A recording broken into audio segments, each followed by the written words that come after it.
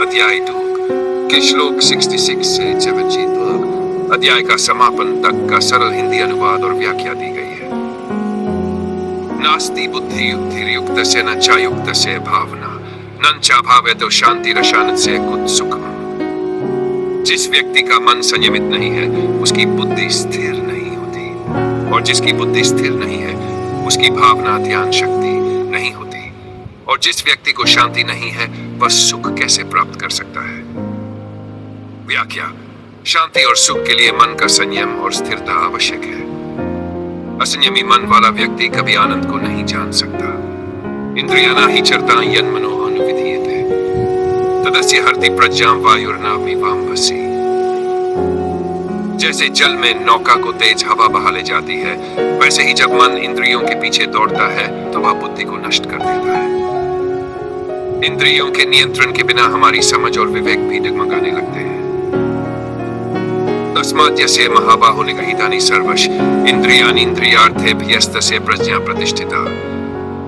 इसलिए है महाबाहु अर्जुन, जिसकी सभी इंद्रियां विषयों से हटाई गई है, उसी की बुद्धि स्थिर होती है।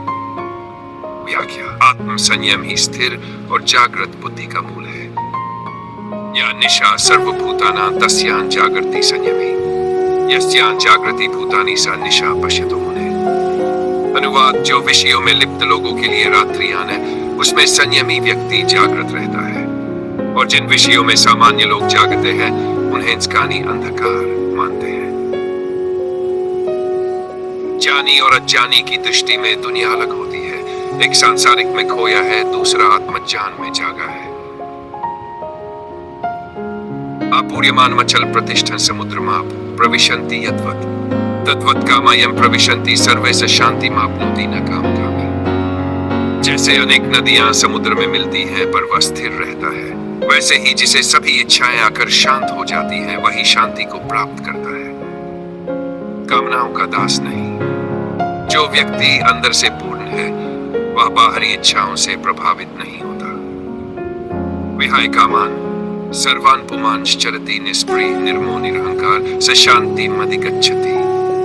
जो व्यक्ति सभी इच्छाओं को त्याग कर निरासक्त ममत्व और अहंकार रहित होकर विचरण करता है वही सच्ची शांति को प्राप्त है। त्याग, निरहंकारिता और संतोष ही आत्मिक शांति की कुंजी है। एषा ब्राह्मी स्थितिः पार्थ नैनां प्राप्य विमुह्यति स्थित्वा स्यामन्तकाले अपि ब्रह्म निर्वाण मृच्छति। हे पार्थ, ये ब्राह्मी स्थिति है। इसे प्राप्त करके मनुष्य कभी मोह को प्राप्त नहीं होता, और यदि अंत समय में भी स्थिति में स्थित हो तो वह ब्रह्म मोक्ष को प्राप्त करता है। व्याख्या। यह अंतिम श्लोक मोक्ष के द्वार को दर्शाता है। यदि कोई इस ज्ञान को अंत समय तक धारण करे तो वह जन्म मरण से मुक्त हो जाता है। अध्याय 2 की मुख्य सीख। स्थिर बुद्धि प्राप्त करने के लिए इंद्रियों का संयम जरूरी है। विषयों का चिंतन पतन की ओर ले जाता है। इच्छाओं का अंत आत्मसंतोष से होता है, न कि भोग से। सा आत्मा अजर, अमर और अविनाशी है। ब्रह्म स्थिति ही अंतिम लक्ष्य है, शांति और मुक्ति। अगर आप चाहें तो अगले अध्याय 3 कर्मयोग की व्याख्या भी मैं दे सकता हूँ। क्या आप अध्याय 3 शुरू करना चाहेंगे?